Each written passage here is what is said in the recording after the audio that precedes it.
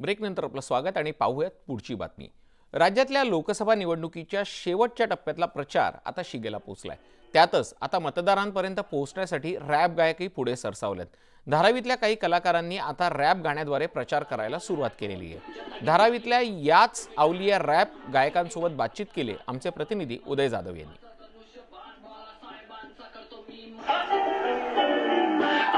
देखो बदलाव आया कौन, जनता की तकलीफ को जड़ से मिटाया कौन, मुश्किल के वक्त अपना साथ निभाया कौन, राहुल शेवाले इनके जैसा है कौन, आया कौन देखो बदलाव आया कौन, जनता की तकलीफ को जड़ से मिटाया कौन, मुश्किल के वक्त अपना साथ निभाया कौन, राहुल शेवाले इनके जैसा है कौन। सालों से देख रहे हम डेवलपमेंट के सपने, थक गए सुन के इनके झूठे वादे कसमें, अब वक्त बदलने का, सही इंसान को चुनने का, सबको साथ लेके चलने का, स्मार्ट खासदार लेके आया स्मार्ट योजना, महिलाओं को मिला जिंदगी में नया हौसला, विकसित मुंबई मतलब विकसित भारत, चौपटपट्टी भी बनेगा भी बड़ा इमारत। धारावीची ओळख स्लमडॉग मिलियनेअर असेल किंवा गली बॉयने या दोन सिनेमाने जगाला ओळख करून दिलेली आहे। आणि या धारावीमध्ये जसं उद्योगशील आपण कर्मचारी बघतो, कष्टकरी बघतो, तसेच काही कलाकार देखील या धारावीमध्ये दडलेले आहेत आणि तेच कलाकार आता रॅप सिंगिंगच्या माध्यमातून लोकसभा निवडणुकीचा प्रचार देखील करताना आपल्याला पाहायला मिळतात। आपल्यासोबत हे सर्व कलाकार मंडळी आहेत, आपण त्यांच्याशी बोलणार आहोत जे रॅप सिंगर आहेत,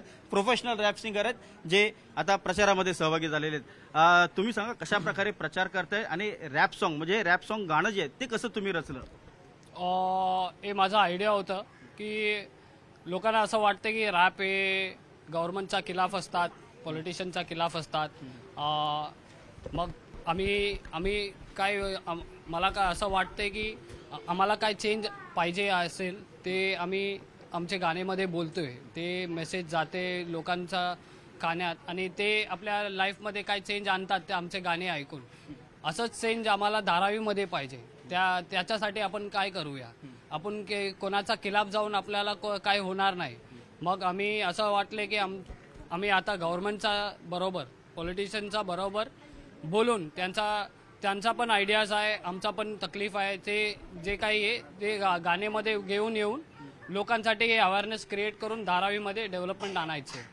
मतदारांपर्यंत तुम्ही पोहोचताय तर मतदारांचा कसा प्रतिसाद भेटतो जेव्हा तुम्ही रॅप सॉन्ग गाता? तो लोक अप्रिशिएट करतात कारण या धारावीकरांनी गली बॉय देखील बघितलेला आहे जो रॅप सॉन्ग वरती आधारित सिनेमा आहे। मग आता तुम्ही रॅप सॉन्ग गाता तर मतदारांचा कसा प्रतिसाद भेटतो? कारण पारंपरिक प्रचार मतदारांनी बघितलेला पण तुमचा रॅप सॉन्ग ही खूप वेगळी अशी अभिनव कल्पना आहे, काय सांगाल?